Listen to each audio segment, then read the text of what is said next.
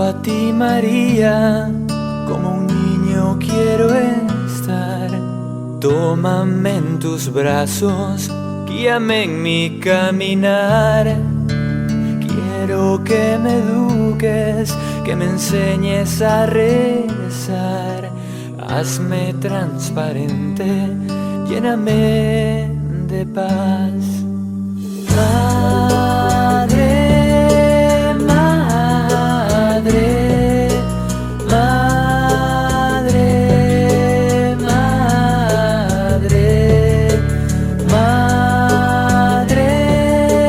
madre, madre, madre.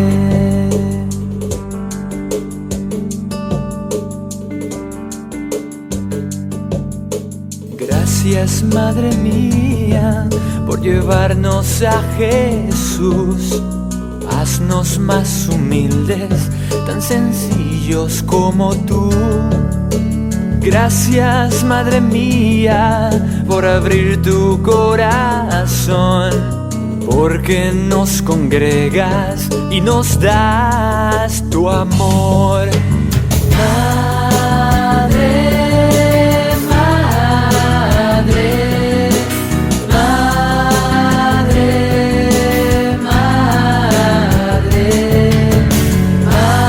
madre, madre,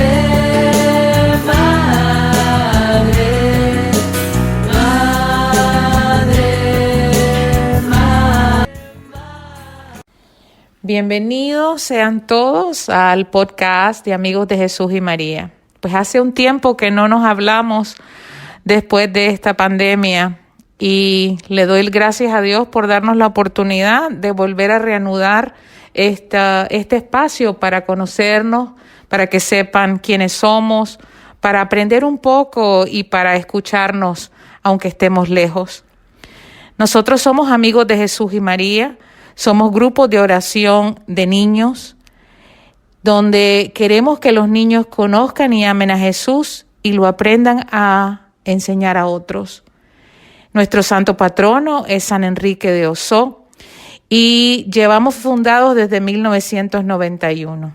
Nuestra sede está en Miami, Florida, que es de donde les estamos hablando. En el día de hoy tengo el gusto enorme de tener conmigo de invitada a nuestra experta en San Enrique, la hermana Isabel Ordoño, y le damos las gracias a ella por tener siempre un tiempo para nosotros, para explicarnos y aprender mucho de ella, porque todas las cosas que nos dice de San Enrique pues nunca nos dejan de sorprender.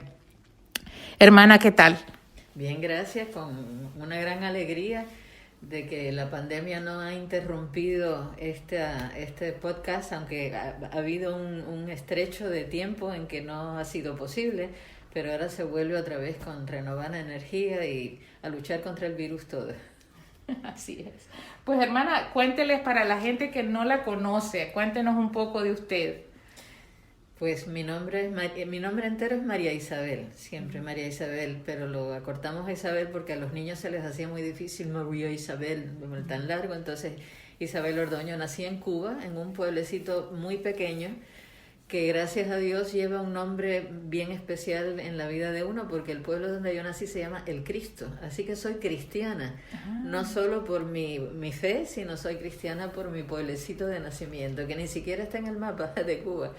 Pero bueno, y ahí desde muy pequeña salí a La Habana, conocí a las hermanas teresianas y estudié con ellas en la secundaria, y por eso hoy en día soy teresiana, porque me entusiasmó mucho, no tanto el espíritu te tengo que ser sincera, de San Enrique, sino me entusiasmó un poco más todavía como mujer el de Santa Teresa, porque yo siempre la encontré tan valiosa en la vida espiritual de una joven que empieza a caminar en los caminos del Señor. Entonces a través del tiempo fui penetrándome en Enrique y fui conociéndolo, y entonces ya la espiritualidad de él sí corrió paralela a la espiritualidad de Santa Teresa. Entonces un santo que se descubre poco a poco. Santa Teresa lo puede descubrir de repente y fuerte, pero a él, como él era callado, tranquilo, él iba trabajando así sin que nadie se diera cuenta a veces, ¿no? Teresa no, Teresa venía con todo y así soy yo en parte, mi carácter, pues entonces nosotros tendemos a adquirir la personalidad un poco del santo al que nos parecemos. Y entonces ya yo, cuando salimos de Cuba por la situación política, vinimos aquí a este país, mis padres no les gustó Estados Unidos mucho y entonces se fueron para Puerto Rico. Y desde Puerto Rico fue que yo entré en España, en el convento de las Hermanas Teresianas. Me fui de mi casa porque no me dieron permiso, entonces me escapé. Un poco como la ida de Santa Teresa al lugar de los moros para que la mataran, ¿no? Un poco también como Enrique, cuando Enrique, ya vamos a contar un poco de su vida, pero cuando Enrique sufre la muerte de su madre, él también se va solo, sin decirle nada, solo deja cartas detrás. También se va solo en busca del Señor, en busca de la Virgen. Entonces ya llevo 56 años de teresiana. Mi familia no me dio ni un mes. Mi madre guardó toda mi ropa un año por si acaso yo regresaba, para que no me tuvieran que comprar ropa. Pero nada, como que el Señor fue caminando conmigo y me agarró de la mano. Ya llevo 56 años en la compañía. Ay, hermana, qué linda esa historia. Y este pueblecito que se llama Cristo, ¿en cuál municipio está? En el oriente. Está a 16 kilómetros de Santiago de Cuba. Oh, okay. Sí, pero es de esos pueblecitos, por ejemplo, mi abuelo, no mi papá, mi padre es de otra parte, pero mi abuelo era, fíjate si es un pueblecito pequeño, mi abuelo era el alcalde. Él tenía una tienda de comestibles, casi la única del barrio, y se encargaba del cine. Así que ya con eso te digo, eran pocas familias las que habían. La Iglesia Católica inclusive no estaba.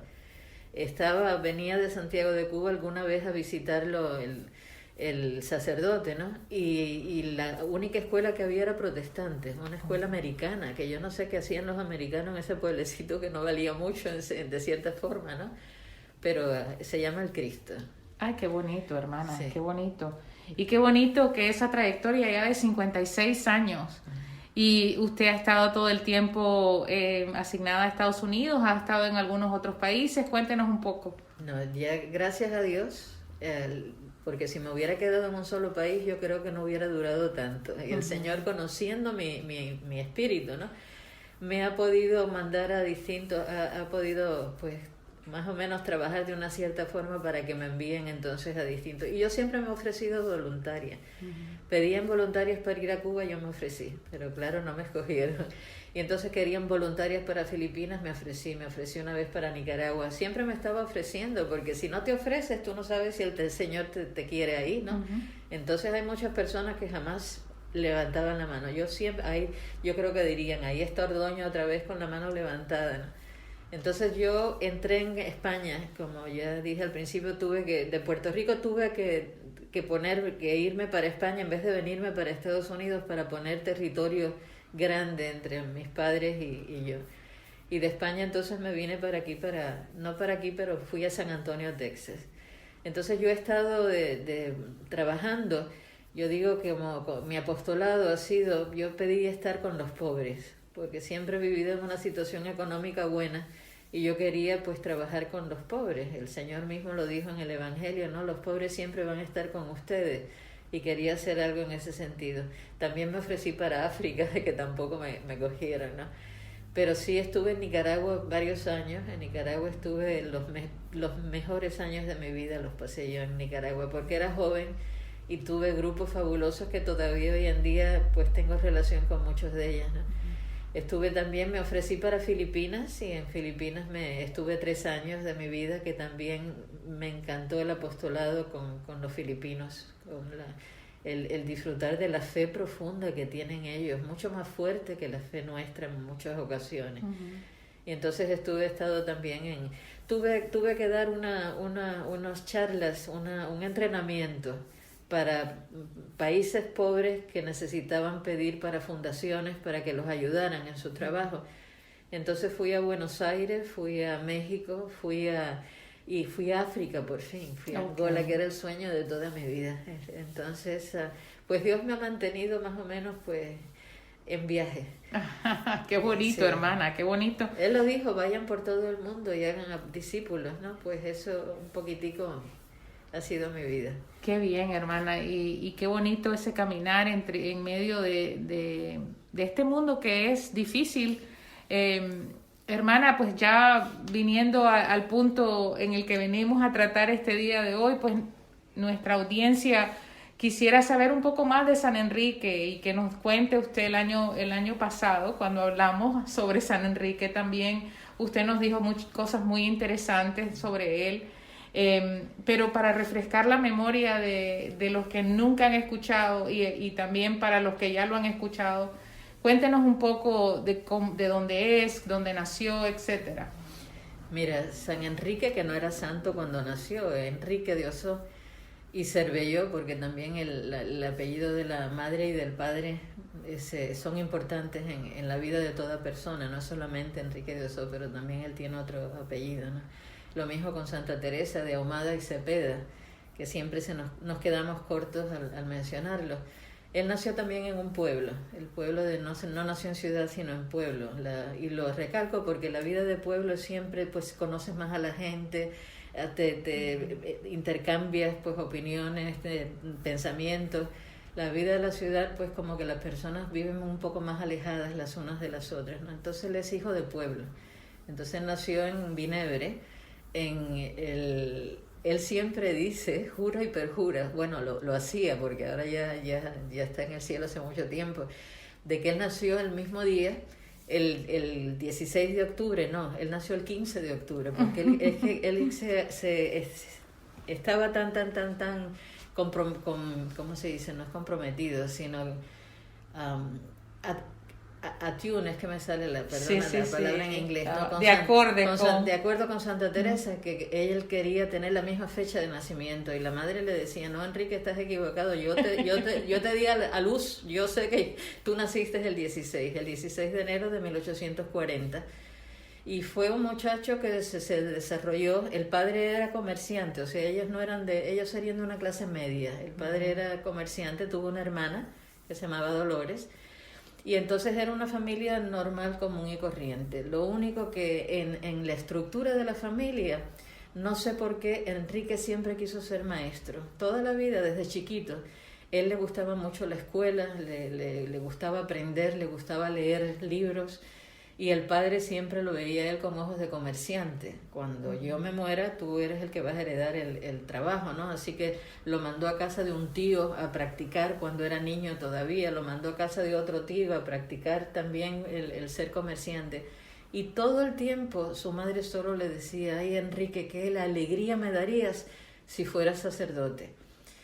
Yo quiero recalcar en este momento lo importante que es la voz de la madre y la voz del padre cuando los niños van creciendo, en darles un poco de la vocación, de la llamada al sacerdocio, de la llamada a la vida religiosa. Qué bonito una familia en que los padres o uno de ellos le pueda decir a los hijos, qué gusto me daría si fuera sacerdote, qué gusto me daría si fuera religiosa, porque la vocación primaria nace en la casa. Luego la iglesia la alimenta, la escuela lo podrá alimentar, pero la vocación primaria nace en la casa. Y la de Enrique, sin él saberlo, porque él no lo supo hasta después de la muerte de su madre, se iba por dentro, él estaba escuchando esa voz del sacerdocio. Cuando él está trabajando en el trabajo de uno de sus tíos, recibe la noticia de que venga a la casa pronto, que su madre se está muriendo. En eso también se parece a Santa Teresa, es que yo la tengo que meter porque si no Enrique no sería Enrique, ¿no? Cuando la madre de Enrique se muere, Enrique tendría unos 14 años, que es más o menos la misma edad que tenía Teresa cuando murió su madre. La madre de Teresa muere cuando ella tiene sus 15. Entonces los dos toman una decisión en ese momento, ¿no? Enrique como que escucha la voz de la madre, piensa, yo no puedo ser comerciante, yo tengo que ser un poco como lo que quiere mi madre, pero no sacerdote todavía. Cuando él se va de la casa y se va para Montserrat, que es un caminar bien largo desde Vinebre, donde está el santuario precioso de la Virgen que tienen los benedictinos ahí en España. Y si van a ver la estatua del Padre Enrique ahí entre las estatuas de los santos que visitaron ese santuario. Cuando él llega, él no llega con el deseo de ser sacerdote, él llega con el deseo de ser sirviente de la Virgen. Él se quiere quedar ahí en el monasterio y se quiere quedar ayudando a los sacerdotes que están ahí, pues para lo que lo necesiten en ese momento. Lo curioso de esta ida de Enrique es que él escribe cartas. Y él escribe cartas despidiéndose de su padre, porque ya su madre había muerto, de su padre. Se despide de su hermano y de su hermana. Y las cartas que él va escribiendo, las va escribiendo todas con pasajes de Santa Teresa. Pero verbal, literariamente escritos. Recordáis que solo tenéis una vida, que la vas a tener que dar respuesta a Dios, pero palabra por palabra. Entonces uno se pregunta, y él lo dice en una parte de su vida, de que una tía que se llamaba Micaela le regaló a él de niño un libro sobre Santa Teresa, y él lo había asimilado de tal punto, o sea, desde niño ya sabemos que esta devoción le viene de Santa Teresa. Quiero también recalcar a los padres la importancia que tienen de regalarle a los hijos buenos libros. Cuando yo iba creciendo, mi padre me construyó un librerito pequeño, y todas las navidades me regalaba 2 libros. Curioso, porque los 2 libros eran de vidas de santos, y de vidas de santos jóvenes o vidas de santos que eran fáciles de leer. Y que Santa Teresa misma lo dice, o sea, que la vida de los santos, ¿cuántos santos no se han convertido? San Ignacio de Loyola, por leer vidas de santos y decir, si ellos lo pudieron, pues yo lo puedo también, ¿no? Entonces Enrique ya va al monasterio con ese espíritu teresiano dentro, ya él sabe de Santa Teresa y la conoce. Cuando su hermano logra encontrar dónde está él y lo va a traer a la casa, él dice, no, yo no me muevo si tú no me vas a ayudar a mí, porque ahora yo sí quiero ser sacerdote. Y ya desde los 15 él entra en el seminario. Imagínate tú hoy en día, ningún seminario te aceptaría de 15 años, ¿no? Ninguno. Hoy tienes que acabar tu high school, muchas veces tienes que hacer algún año de universidad antes de poder entrar en el seminario, pero antiguamente sí los dejaban jovencitos entrar. Y ya a partir de ahí ya fue una vida totalmente dedicada a Dios. O sea, ya empieza su camino desde tan joven. Hoy en día que hay tantos jóvenes que no saben qué hacer con sus vidas, que están con adicciones, que tú ves la vida de estos jóvenes santos que ya tienen un foco. Es Jesús y es su reino y es ayudar a la gente a cambiar, ¿no? Y ya desde joven pues ya entra en el seminario.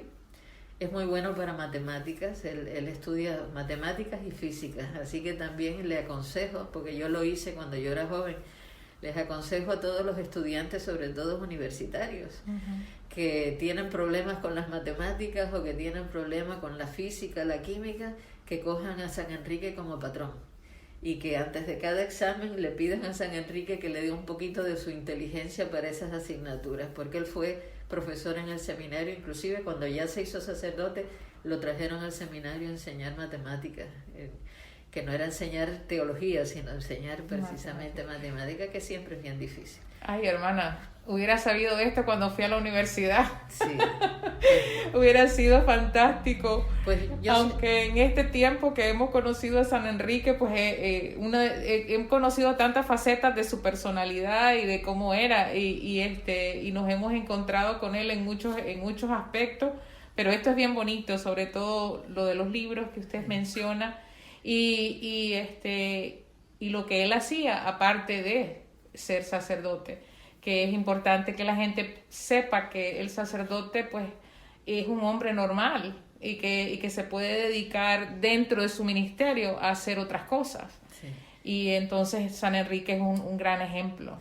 Pero lo que él sí hizo fuera en su horario que no existía de trabajo, él lo que hacía era la catequesis. O sea, él es el patrón de los catequistas de España. O sea, cuando lo nombraron santo, lo nombraron al mismo tiempo patrón de los catequistas, porque todo su seminario, los años que estuvo en el seminario, todo el tiempo que él tenía vacaciones, los tiempos libres de los sábados, él lo que hacía era, inauguraba distintas catequesis. Dice que cuando él ya sale para su proyecto de fundación de la compañía, ya hay más de 20 catequesis funcionando solo en los alrededores, en las iglesias, porque no es como ahora.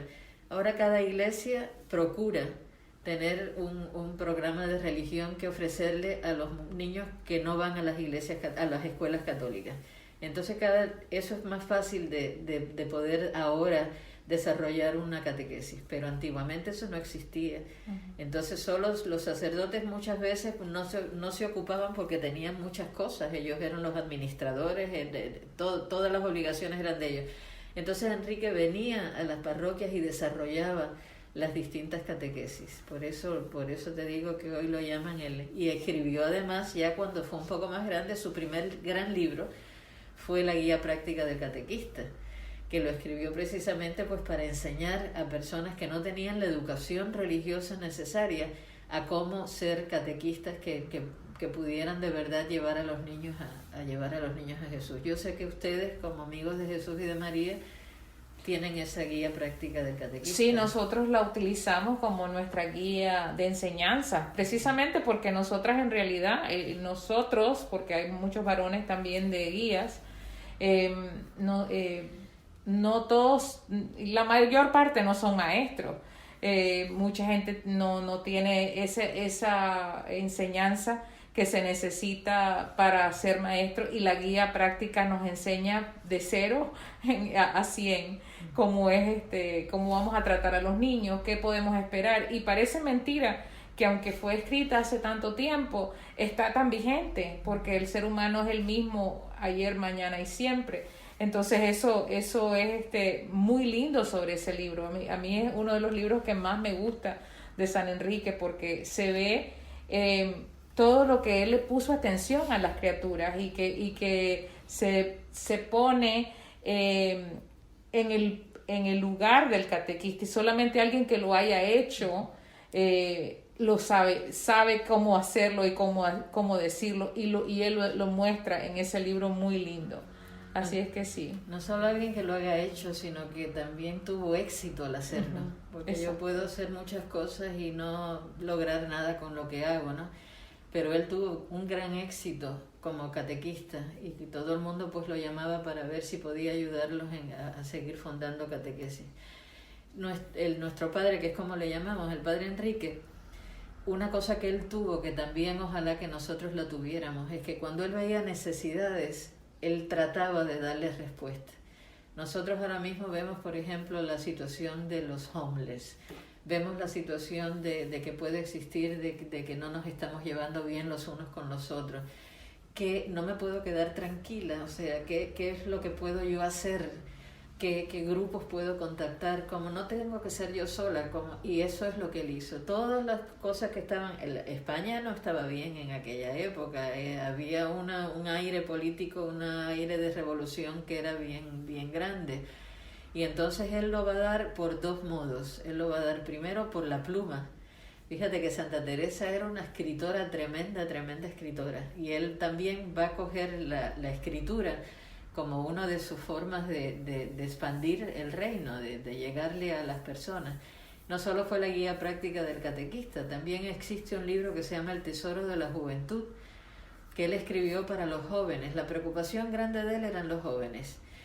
Y la preocupación más grande todavía eran las mujeres, o sea, las mujeres jóvenes, formarlas para entonces. Él tenía la filosofía, que ustedes la saben muy bien, él tenía la filosofía de que si tú formas a un niño, estás formando a un hombre, pero si tú formas a una niña, estás formando a toda una familia, porque él siempre pensó que en una vida familiar la madre era el corazón. Hoy en día es curioso porque tenemos que adaptar toda nuestra forma de ver la vida como la vida se presenta. Y hoy en día a veces la madre no es el corazón de la familia, a veces el padre es el corazón de la familia, porque la madre se les ha ido. Yo ahora mismo, ayer yo tuve un encuentro, no quiero hacer esto largo, pero me impactó mucho el encuentro que yo tuve con un señor ayer, que yo pasaba y él me gritó: la bendición, madre.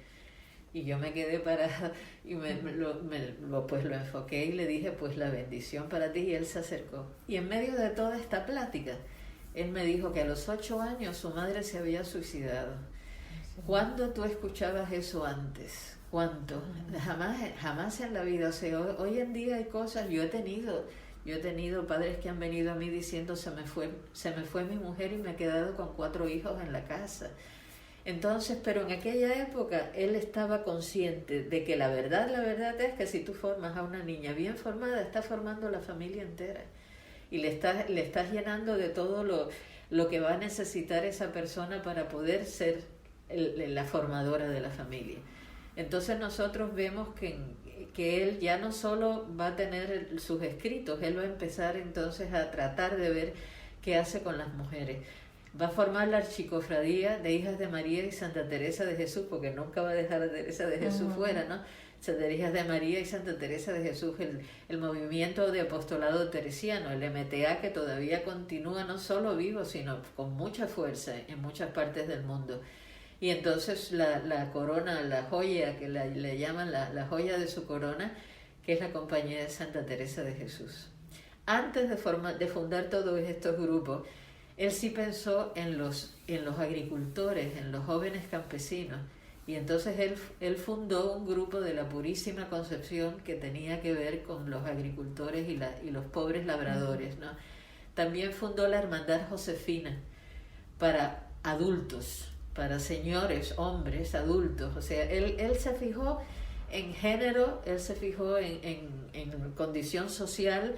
Él le trataba de dar cómo meter a Dios por los distintos aspectos de la sociedad que los rodeaba en aquella época, ¿no? Y entonces, pues, el sueño de toda su vida, una parte del sueño que no se realizó fue los misioneros teresianos, porque él quería que allí donde hubiera una religiosa teresiana existiera un misionero apoyándola y rezando por ella y celebrando las misas. O sea, y así va a morir con este sueño que no se realiza, ¿no? Entonces ya, pues, él va a seguir su vocación de maestro siempre, porque acuérdate cuando dijimos de niño, eso era lo que él quería ser, maestro. Y entonces él va a fundar a esta congregación con miras de que fueran educadoras. Cuando un fundador le da vida a su obra, él siempre tienes un ministerio especial. O sea, o vas a estar dedicada a hospitales, o vas a estar de misionera dedicada solos a los pobres.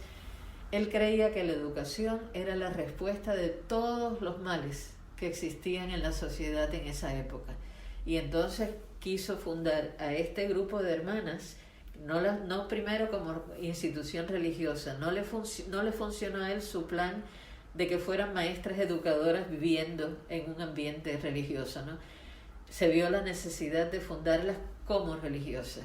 O sea, hubo un cambio bien grande. Él se las había dado a una señora para que las ayudara, para que las protegiera de una cierta forma. Esa señora no sirvió para nada, no cumplió lo que le había prometido a él. Entonces él dice que yo hago con estas 8 mujeres que tengo aquí, tenemos que hacer algo. Y entonces le vino la idea de fundar a una congregación religiosa dedicada exclusivamente a promover a Jesús, a que lo que tú dijiste en un momento de lo que hablaste, ¿no? A que lo conozcan y lo amen. Primero que lo conozcamos nosotras y lo amemos nosotros, para entonces darlo a conocer y darlo a amar. Esto es un llamado a todas las familias, a todas las personas que puedan estar escuchando. Eso es uno de los fines de nuestra vida. Lo dice el catecismo casi al principio, ¿no? Dios nos ha creado para conocerlo y amarlo en esta vida y hacerlo y después gozarlo en la otra. Pero ese es uno de nuestros fines siempre, conocer y amar a Jesús. Pero entonces hay una extensión para hacerlo conocer y amar, que la mayoría de nosotros nos quedamos solo con la primera parte, conocerlo y amarlo. Y perfectamente, yo me llevo bien con él, yo le rezo, él es bueno conmigo, pero no nos sentimos motivadas de hacerlo conocer y amar, de contarles a otros la experiencia que hemos tenido nosotros con el Señor, de decirles a todo el mundo, mira, Dios me ha cambiado, ¿por qué tú no tratas? ¿Por qué no lo tratas? ¿Por qué no lo conoces? ¿Por qué no? Entonces esa parte es como un reto que nos hace a nosotros el Padre Enrique, precisamente, que no nos quedemos cortos en el conocer y amarlo, sino que también trabajemos en el hacerlo conocer y hacerlo amar. Y entonces, pues, este grupo de 8 mujeres se reunieron en 1876 Enrique tiene 36 años, fíjate ya todo lo que ha escrito, todo lo que ha fundado, 36 años, que yo digo, yo Es a un joven. los 36 años, señor, no había hecho casi nada con mi vida. Y entonces él funda a la compañía con estas 8 hermanas. Y de ahí hoy en día nosotros llegamos a ser casi 3.000. Ahora hoy en día con la escasez de entradas, de vocaciones que parece haber también porque la sociedad no ayuda, las familias no han cogido este reto de promover las vocaciones en sus casas, entonces tenemos más o menos como unas 1.200 a lo mejor. Y estamos en 25 países de todo, porque hemos llegado ya al Asia y llegamos, bueno, en Asia nos tuvimos que ir de Filipinas, así que ya tengo que decir que ya no estamos en Asia presente, pero estamos en África y en África hemos crecido, ya estamos en 4 países en África y estamos en prácticamente toda la América del Sur. Nos faltan, siempre nos ha faltado el Perú, que tú lo estabas mencionando el otro día. El Perú se nos ha quedado fuera, porque ya tenemos aunque sea un grupito de hermanas en Bolivia, en Ecuador. Pero tenemos amigos de Jesús y María. ¿Ves? Pero eso es una maravilla. Claro. Eso es una maravilla, que donde no se puede de un lado, venga otra rama y entonces lo logre. Y eso es mantenernos a donde nos necesitan. Eso era una de las frases preferidas de él. Hay que ir allí donde los intereses de Jesús estén sufriendo, donde nosotros sabemos que Jesús ni es conocido ni amado y al contrario, es rechazado.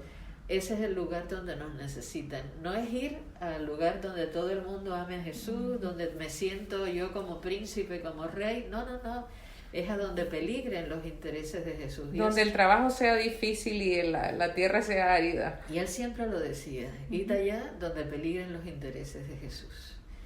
Y entonces ya lo único con lo que quiero cerrar el podcast es con los santos. La vida no es todo. Si siguen a alguien que llevó su cruz fuertemente, ellos tienen que cargar con las de ellas también. Y eso es parte de lo que nos pasa a nosotros, que queremos la gloria, pero no queremos la parte de la crucifixión, ¿no? Entonces, él llegó a un momento de su vida en que él sintió la necesidad que las hermanas que estaban entrando tuvieran la protección de las carmelitas, que eran contemplativas, que iban a estar rezando por ellas, y entonces las trajo de otro pueblo, les construyó su edificio, las puso estaban parte de espaldas, o sea, había un edificio y en la parte de atrás entonces había el edificio de las carmelitas, en otra propiedad, no en la misma propiedad, pero estaban como de espaldas ahí. Y entonces, de buenas a primeras, las carmelitas le ponen una demanda que las novicias no los dejan cantar, no las dejan por los ruidos que están en la casa, están perturbándole el silencio que ellas deberían de tener. Y entonces en ese pleito obligan al padre fundador, al padre Enrique, a destruir el noviciado, que lo tenían que tumbar por completo. Entonces ahí empieza la lucha de él, de que no, si nosotros no los molestamos para nada, si nosotros las trajimos a ella para esto. Y nada, es una lucha bien fuerte la que él está experimentando, que tiene que destruir toda su obra que había construido solo porque unas monjas ingratas le empiezan a él a decir que no pueden estar con estas jóvenes que están haciendo tanto ruido. Al mismo tiempo se nombra en la congregación, en las teresianas, de superiora a la única persona que cumplía las leyes. Que nosotros tenemos una constitución, la general tiene que tener más de 35 años y tiene que tener tantos años de votos perpetuos, y solo había una persona que tenía esas cualidades, porque era una congregación joven, la mayoría eran 18, 20, 25, entonces pues esta persona es electa como superiora general por lo que mandan las constituciones, y desde el principio su meta pareció ser que se desapareciera el fundador para que ella pudiera entonces gobernar. Y se lo dijo un día, le dijo: Enrique, ya no te necesitamos. Al mismo tiempo que el pleito con los carmelitas estaban dando a él prácticamente lo echan de la compañía, prácticamente. Él se fue sin siquiera despedirse de las novicias, que las quería mucho, se fue. Y se fue a un lugar donde él iba siempre a rezar, donde él iba a coger su inspiración, su motivación. Había una ermita con un cuadro de Santa Teresa muy bonito, que ahí fue donde él escribió las constituciones, que ahí fue donde él se iba de verdad a hacer retiros anualmente. Y él sale del edificio de la compañía ya para no volver, porque ya le habían dicho que no lo necesitaban, su presencia no nos es necesaria más. Y entonces él se va, y yo te estaba compartiendo, ¿no?, que cualquier persona normal se hubiera deprimido, se hubiera acabado en ese momento. Qué ingratas, de los dos lados me sacan, de los dos lados. Y yo que traje a unas y a las otras las construí prácticamente, ¿no? Y lo que él hace entonces es aprovechar que esta situación está llevándose a cabo para entonces empezar los misioneros teresianos. Dice, bueno, si ya esto está en marcha, si ya esto está caminando, vámonos a meternos ahora a construir los misioneros teresianos. Y ahí fue donde él muere. En ese periodo cortico, acabado casi de salir del noviciado, sacado por la superiora general, y entonces él ya, el corazón parece que no resistió más. Tanto dolor. Yo siempre digo que él murió con un corazón bien adolorido. Claro. Y que el esfuerzo que él hizo para no darle importancia a lo negativo y ponerse positivo y a ver ahora qué sueños puedo realizar, eso es lo que le pasa a muchas personas. Mira, hoy en día, en la depresión, Estados Unidos es el país número 1 con causas de depresión, sobre todo la gente joven, con causas de depresión. Mira el ejemplo de lo que es una persona que tiene su foco en Dios. Pues esto no funcionó, ya yo hice todo lo que yo podía, ahora vamos a ver a dónde puedo seguir ayudando y qué puedo seguir haciendo. En vez de sumirme en el dolor más profundo de qué me han hecho a mí, cómo me han tratado, qué forma y darme todo este martirio, porque me vuelvo mártir de la situación, él lo que hizo fue tratar de salir adelante. Vamos a crear algo nuevo. Y ahí murió en ese desierto de Las Palmas, y ahí lo enterraron al principio. Ahí fue donde estuvo por un buen tiempo, hasta que por fin la reverenda madre que lo había sacado se disculpó. Y entonces ya el cuerpo de él pasó ahora a estar en la sede de ustedes. Sí, ahora está en el mismo lugar donde estuvo el primer edificio que él fundó, donde lo estuvo, ahí fue donde lo enterraron. Y ahí está el enterrado. Pues hermana, esta plática pudiera durar todo el día, porque nos encanta a las dos hablar de esto. Pero creo que nuestra audiencia, pues, por lo menos tiene algo con que mojarse los labios. Si nos da una recomendación de algo, si nosotros quisiéramos conocer más a San Enrique, ¿qué nos recomendaría? ¿Qué libro, por ejemplo, nos recomendaría leer? Además de la guía práctica del catequista, que nosotros le pedimos a nuestros guías que lean. Sí. Mira, hay libros lo que pasa es que nosotros teníamos una editorial en España, que era la que hacía nuestros libros y se vendían entonces, y ya esa editorial cerró. Y teníamos otra editorial en México y ya esa editorial cerró también. Entonces yo no te puedo decir dónde puedan haber lugares que vendan libros de Enrique de Osorno, pero yo siempre voy a Google. Google me debería de pagar a mí por el advertisement que les doy, siempre haciendo anuncios yo pongo vida de San Enrique de Osorno y me salen cientos de cosas y puedo leer. Yo hago eso mucho cuando doy retiros y cuando doy charlas. Yo pongo el tema y me leo 30 artículos, porque ahí te salen cositas chiquitas que vas aprendiendo y que no te tienes que leer un libro entero, puedes leerte nada más distintos trozos de distintas personas, pero habían antes obras bien buenas, pero en este momento yo no te supiera decir. Hay hasta libros para niños. Rosarito Escobedo escribió un libro para niños que es de verdad ilustrado también muy, muy bonito. Pero yo me imagino que todos sean vida de Enrique de Osos. Al menos los que nosotros tenemos, todos son vida de San Enrique de Osos. Pues hermana, un consejo para las guías que nos están escuchando. También nos están escuchando sacerdotes, porque nuestro ministerio, pues tenemos bastantes, gracias a Dios ahora, bastantes es una palabra fuerte. Tenemos sacerdotes que nos están apoyando en este caminar y nos están abriendo la puerta, gracias a Dios, porque también se han dado cuenta pues de la necesidad enorme que hay de que los niños conozcan y amen a Jesús, para que lo hagan conocer y amar. En las manos de ellos va a quedar nuestra sociedad y la iglesia. Entonces, ¿algún consejo que nos pudiera dar a los guías, a los sacerdotes? Mira, dos cosas. Fíjate que primero, ustedes cuando se representan como ministerio, son un ministerio para enseñar a orar a los niños, que eso es básico. O sea, ustedes no son catequesis para enseñarles sobre la Santísima Trinidad y que hay 7 sacramentos. Lo enseñarán de paso, pero lo básico de ustedes es que conozcan y amen a Jesús y que desarrollen una relación personal con ellos. Entonces lo número 1 para mí es que tú hagas lo mismo. Primero, yo no puedo dar lo que no tengo en ningún lugar, en ninguna profesión. Yo no puedo enseñar cocina, yo no sé cocinar. ¿Cómo me voy a poner a cocinar, no? En televisión? Las catequistas, inclusive los sacerdotes, ¿no? Todos los que estamos llamados nosotros a hacer conocer y amar a Jesús, lo primero que tenemos que hacer, lo que dijo el Padre Enrique al principio, ¿no?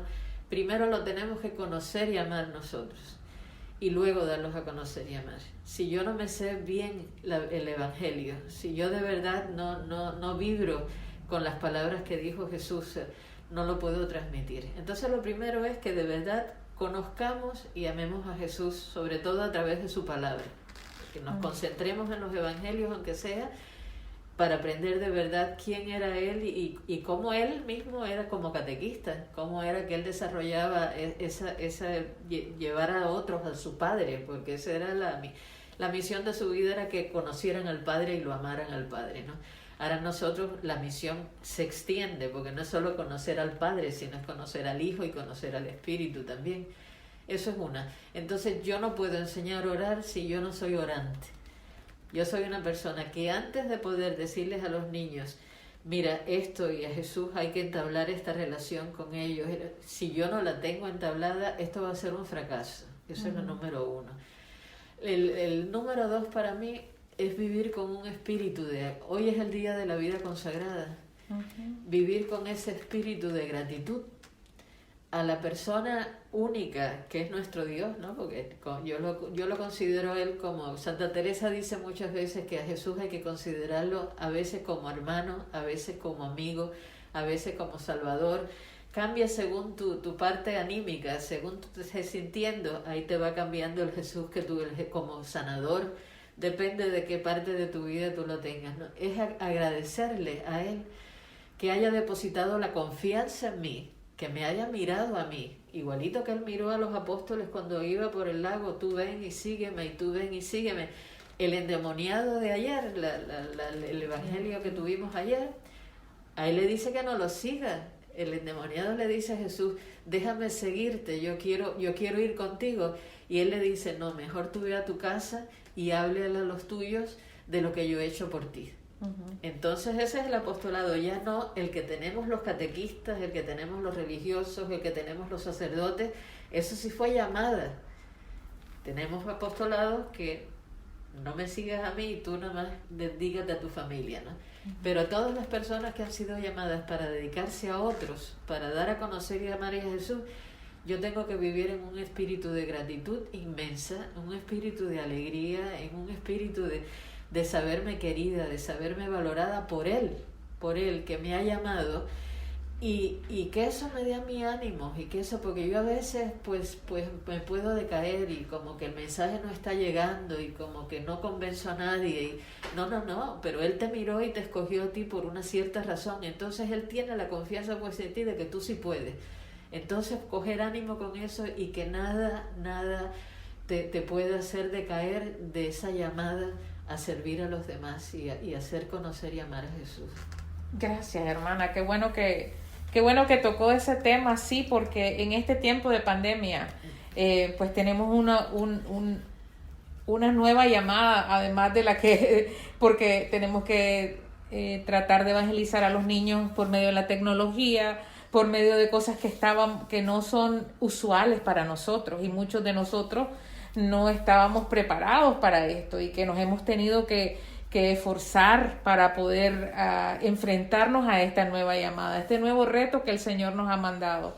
Y gracias por decirlo, porque en realidad eso es lo que quisiéramos que San Enrique nos lleve de la mano a enfrentar este reto nuevo que tenemos delante de nosotros, que es por medio de la tecnología llegar a los hogares y llegar a los niños. Y tratar de seguir adelante y también llenarlos de amor, llenarlos de fe, llenarlos de regocijo de seguir viviendo a pesar de las cosas que están sucediendo.